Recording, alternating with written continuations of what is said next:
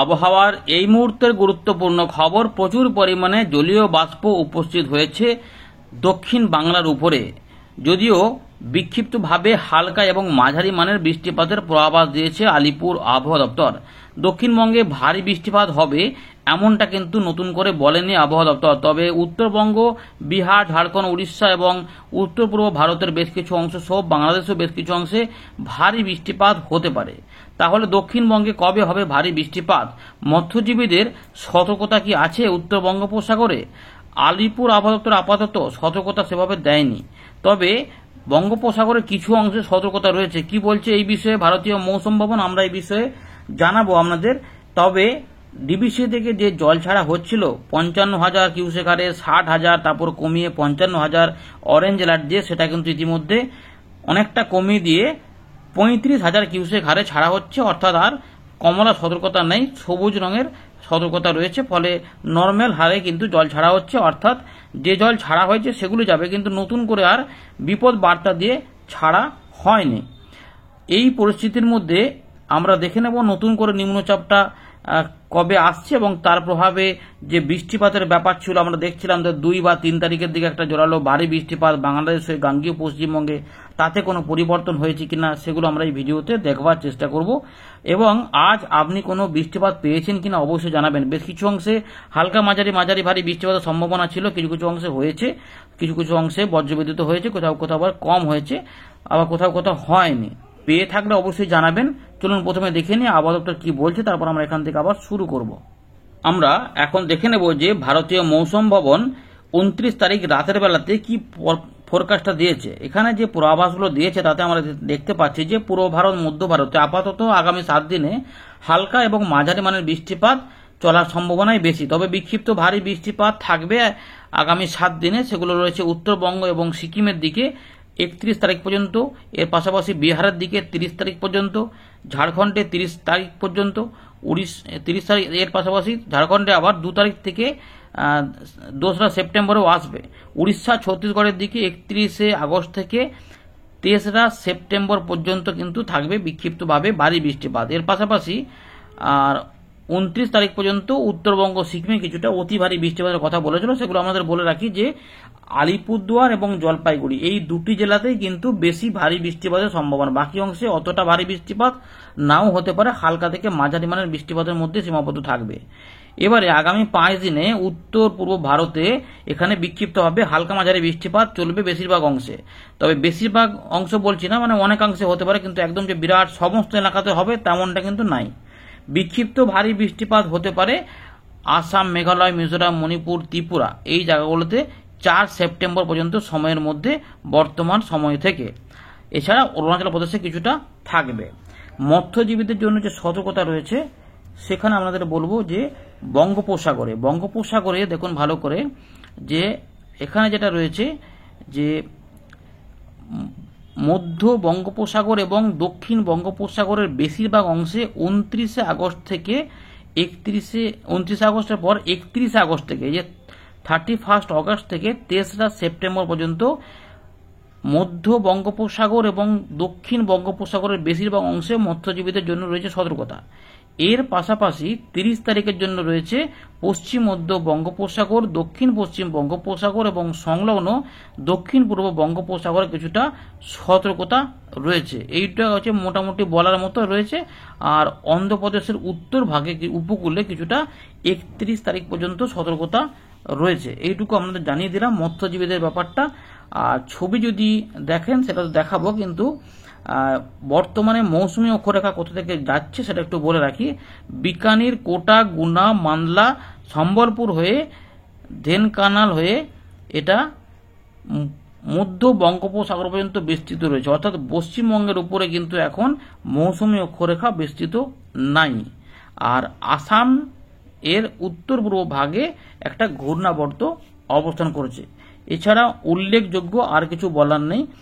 আর কবে বর্ষা বিদায় হবে এই অনেকে জিজ্ঞেস করেছেন। তো প্রথমে আমাদের উত্তর পশ্চিম ভারত থেকে শুরু হবে, মানে এই যে এই জায়গাগুলো থেকে পাঞ্জাব, হরিয়ানা, চণ্ডীগড় ওই সাইডগুলো থেকে। সেগুলো মোটামুটি যা বোঝা যাচ্ছে এখনো এই মাসটা তো চলবেই, সেপ্টেম্বরের ওই ধরে রাখুন যে 3য় সপ্তাহের শেষের আগে কিন্তু মোটেই নয়। অর্থাৎ পুজো কাছাকাছি পর্যন্ত তো বর্ষাটা টানবে বোঝাই যাচ্ছে, এটুকু বলে রাখলাম, পরে আরও আপডেট এলে আমরা বলবো। এখন যেটা রয়েছে আমাদের বলে রাখি যে 30 তারিখ মানে হচ্ছে শনিবারে যে সতর্কতা রয়েছে সেইটা আপনাদের বলি। শনিবারের জন্য যে সতর্কতা রয়েছে সেটা হচ্ছে যে উত্তরবঙ্গে দু এক জায়গায় বিক্ষিপ্ত ভারী বৃষ্টিপাত এবং হালকা মাঝারি বৃষ্টিপাত, সেগুলো ওই মালদা থেকে শুরু করে উত্তরবঙ্গের সমস্ত জেলাতে থাকছে, বজ্রবিদ্যুৎ অ্যাক্টিভিটি সহ। কারণ বিহার এবং ঝাড়খণ্ডের কিছু অংশে ভারী বৃষ্টিপাত হতে পারে।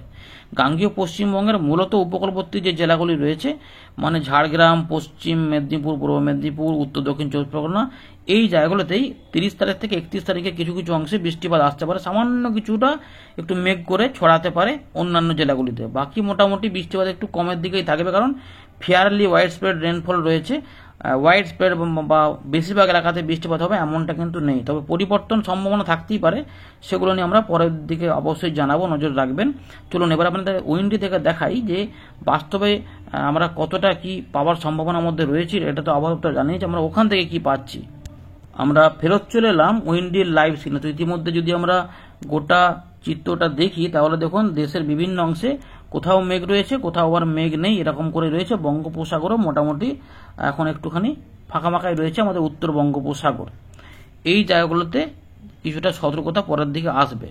কিছু কিছু আংশিক পাতলা মেঘলা আকাশ রয়েছে আমাদের বাংলার, কোথাও একটু বেশি কোথাও কম, নতুন নতুন করে মেঘ তৈরি হচ্ছে অল্প স্বল্প করে। এবার একটু দেখে নিই ঝোড়ো হাওয়া টাওয়া বা বঙ্গোপসাগর নিম্নচাপ এগুলো সব আসবে কিনা, সেগুলো একটু একবার একটু চেক করে নিয়ে দেখা যাক, তারপর আমরা বৃষ্টিপাতগুলো এসব নিয়ে বলবো। তো ইতিমধ্যে আমরা দেখুন ভালো করে 30 তারিখ থেকে আমরা কতটা দেখব, মোটামুটি 6, 7 বা 8 তারিখ পর্যন্ত দেখে নিচ্ছি। দেখুন এখানে দেখুন কিছু হচ্ছে কিনা, বঙ্গোপসাগর দেখা যাচ্ছে।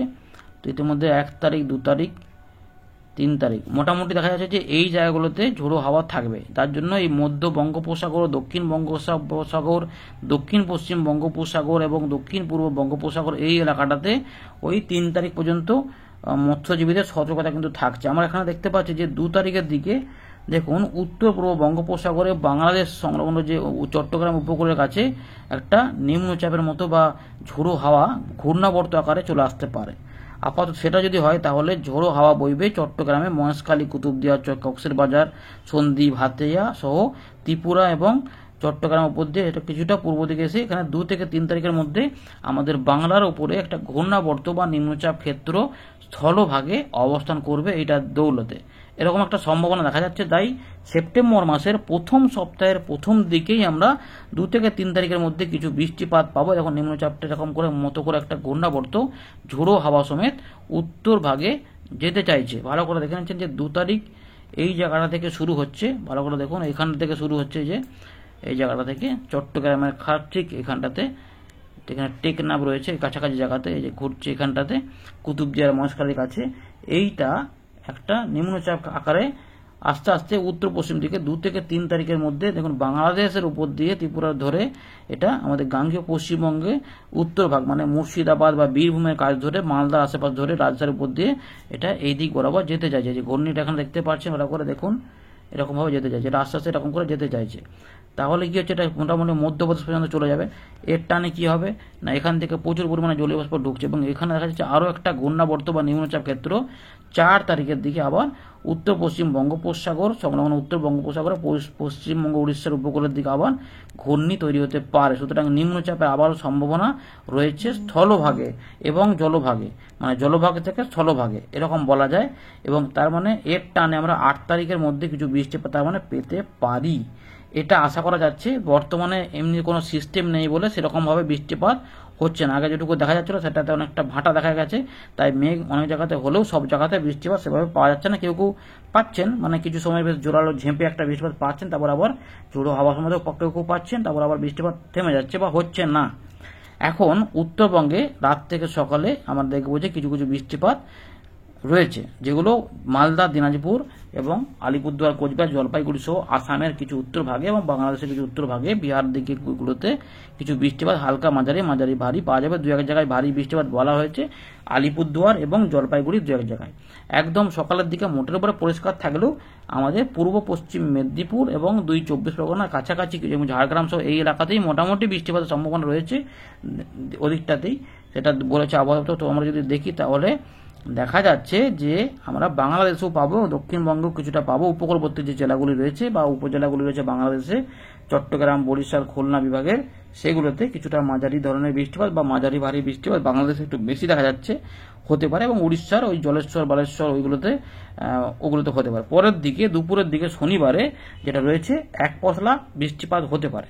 তো এই জায়গাগুলোতে বললেও আমরা দেখতে পাচ্ছি পুরুলিয়া, বাঁকুড়া বা এদিকে ঝাড়গ্রাম, পূর্ব পশ্চিম মেদিনীপুর তো রয়েছে, 24 পরগনা সহ, কিন্তু হুগলি বা পূর্ব বর্ধমান, পশ্চিম বর্ধমান সহ দু এক জায়গায় নদীয়ার দিকগুলোতেও কোথাও কোথাও আসতে পারে একটা সম্ভাবনা থাকছে। এর পাশাপাশি ত্রিপুরা উত্তর, দক্ষিণ, মধ্য এবং উত্তর যাই বলবেন, মিজোরাম সহ বিভিন্ন অংশে হালকা, মাঝারি এবং বিক্ষিপ্ত ভারী বৃষ্টিপাত দু এক জায়গায় হতে পারে। দক্ষিণ আসাম এবং বাংলাদেশে ময়মনসিংহ, সিলেটেও কিছু বৃষ্টিপাত এই সময়কালে আমরা এদিক ওদিক করে ছড়িয়ে কিছুটা দেখতে পাবো। তার মধ্যে ত্রিপুরা এবং মিজোরাম, তার পাশাপাশি দক্ষিণ আসাম এবং নাগাল্যান্ডের কাছে কিছু বৃষ্টিপাত হবে। এবং একই সময়কালে আমরা কিছু বৃষ্টিপাত দেখে নিতে পারবো, যেগুলো রয়েছে যে আমাদের রাঁচি, ধানবাদ, জামশেদপুর তো রয়েছে, কিন্তু পুরুলিয়া বা পশ্চিম বর্ধমান, বাঁকুড়া, বীরভূম, আমাদের পূর্ব বর্ধমান এই সাইডেও কিছু কিছু বৃষ্টিপাত হতে পারে। সেটা হচ্ছে শনিবার।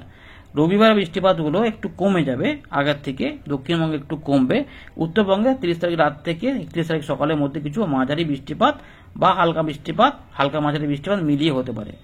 31 তারিখে মাসের শেষ দিনে বৃষ্টিপাত কিন্তু একটু কমই দেখা যাবে আমাদের দক্ষিণবঙ্গে। তবে ওই উপকূলবর্তী জেলাগুলির কিছু কিছু অংশে বৃষ্টিপাতের কথা বলেছে, যেগুলো রয়েছে ওই মেদিনীপুর বা 24 পরগনা। কিন্তু আমরা দেখতে পাচ্ছি জামশেদপুর বা উড়িষ্যার উত্তর পূর্ব ভাগে হতে পারে। সেক্ষেত্রে একটু চান্স থাকছে যে পুরুলিয়া, বাঁকুড়া, ঝাড়গ্রাম, মেদিনীপুর, কলকাতা, হাওড়া, হুগলি এই এলাকাতে একটু হতে পারে। তবে একটুখানি ভেতর দিকে ঢুকতে পারে, সেটা আমাদের দেখাচ্ছে, দেখুন, দেখলেই বুঝতে পারবেন।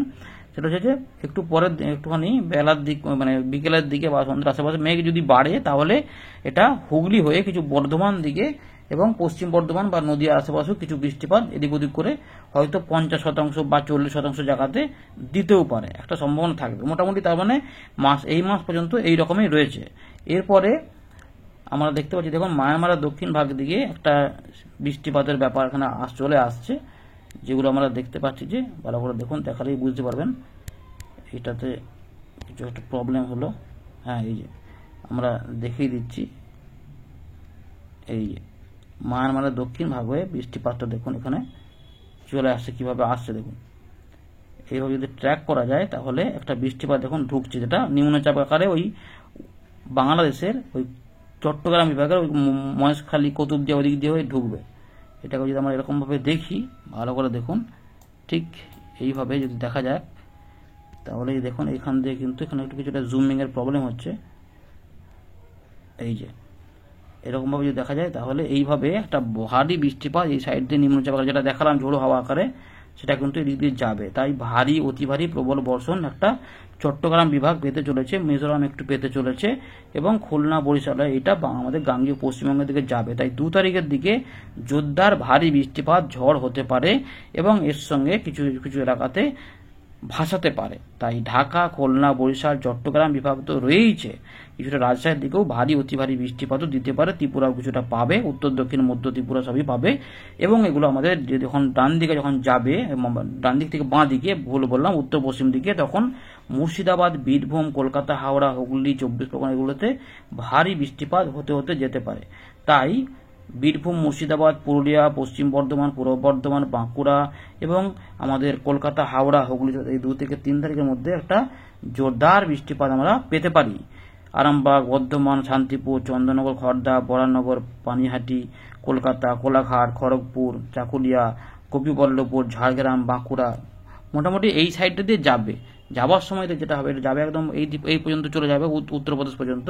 ফলে বিহার, ঝাড়খণ্ড এবং উত্তরবঙ্গেও দেখা যাচ্ছে যে আসাম, মেঘালয়ের দিকেও ভারী বৃষ্টি। কিন্তু আমাদের এই জায়গাগুলোতে যেটা দেখাচ্ছে, যদি হয় তাহলে প্রচুর বৃষ্টিপাত হতে পারে। মানে এটা কোথায় রয়েছে, নলহাটি, সিউড়ি, মানে বুঝতে পারছেন যে নদিয়া, মুর্শিদাবাদ, বীরভূম, পূর্ব পশ্চিম বর্ধমান, হুগলিতে জোরদার ভারী বৃষ্টিপাত, প্রবল বর্ষণ দিতে পারে। এটা কিন্তু দেখা যাচ্ছে যে 2 তারিখ থেকে 3 তারিখের মধ্যে একটা দুর্যোগের মতো হতে পারে, বা একটা জোরদার বৃষ্টিপাতের প্রভাব থাকবে, এগুলো চলে যাবে 3 তারিখের মধ্যে। এটা দেখা যাচ্ছে খুব তাড়াতাড়ি মোটামুটি উত্তরপ্রদেশের দিকে, বিহারে চলে যাচ্ছে। তার মানে 2 তারিখ, এই যে 1 তারিখ থেকে শুরু হচ্ছে, ঠিক 2 তারিখ 3 তারিখের মধ্যে আমাদের পশ্চিমবঙ্গ, বাংলাদেশের বৃষ্টিপাত ঢেলে দিয়ে 3 তারিখে মোটামুটি দুপুরের পর দিকে এটা চলে যাবে, কিন্তু এটা 3 তারিখেও বৃষ্টিপাত ঢালতে পারে, কারণ বঙ্গোপসাগর থেকে প্রচুর জলীয় বাষ্প ঢুকবে, এটা চলে যাবে একদম উত্তরপ্রদেশ পর্যন্ত। এরপরে 4-5-এর দিকে আবার নিম্নচাপ ক্ষেত্র তৈরি হতে পারে, তখন আমাদের গাঙ্গেয় পশ্চিমবঙ্গে আবার হালকা মাঝারি ভারী বৃষ্টিপাত ঢুকতে পারে। এরপরে কি হয়, এগুলো বাড়া কমা করবে কিনা সেগুলো পরে জানানো হবে। আপাতত বৃষ্টিপাত আমরা 8 তারিখ পর্যন্ত পাচ্ছি, তার মধ্যে 1 তারিখ থেকে বাংলাদেশ হয়ে 2 থেকে 3-এর মধ্যে একটা জোরদার ভারী বৃষ্টিপাত দক্ষিণবঙ্গের উপরে আমরা পেতে চলেছি, এটুকু বলা যায়। ধন্যবাদ।